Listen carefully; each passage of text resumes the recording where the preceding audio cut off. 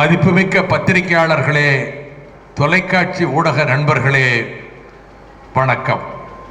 அரசியலுக்கு அப்பாற்பட்ட ஒரு நிகழ்ச்சியாக ஆண்டுதோறும் நோன்பு திறப்பு விழாவை நாங்கள் நடத்தி வருகிறோம். ஒரு புகழ்மிக்க ஒரு குடும்பத்தில் இந்த அரசியல் களத்துக்கு நான் ஈர்த்து கொண்டு வந்து அதனால் அவர்கள் குடும்பத்தினருக்கு ஏதாவது சிறிது மனதிலே காயம் ஏற்பட்டு விடுமோ என்ற கவலை எனக்கு நிரம்ப உண்டு. நான் மாமா முராத் புகாரி அவர்களிடம் கேட்டேன்.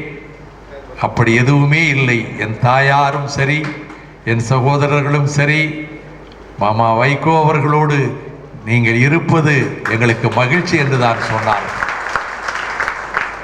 நாங்கள் மக்கள கூட்டணி அமைத்தோம்.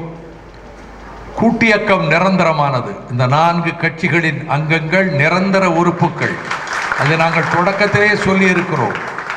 தேர்தல் காலத்தில் மற்ற கட்சிகள் கூட்டணிக்கு வரலாம், விலகி செல்லலாம். ஆனால் நாங்கள் இந்த கூட்டியக்கம் என்பது நிரந்தர அமைப்பு. அது என்றைக்கும் இந்த 4 உறுப்புகளும் மட்டும் கொண்டதாக இருக்கும் என்று நாங்கள் கடந்த வருடம் நவம்பர் மாதத்திலேயே திட்டவட்டமாக தெரிவித்திருக்கின்றோம். ஆக கூட்டியக்கத்தின் அங்கங்களாக இருக்கக்கூடிய மறுமலர்ச்சி திராவிட முன்னேற்ற கழகம், மார்க்சிஸ்ட் கம்யூனிஸ்ட் கட்சி, விடுதலை சிறுத்தைகள் கட்சி, இந்திய கம்யூனிஸ்ட் கட்சி, நாங்கள் இணைந்து எங்கள் பயணத்தை தொடர்கிறோம்.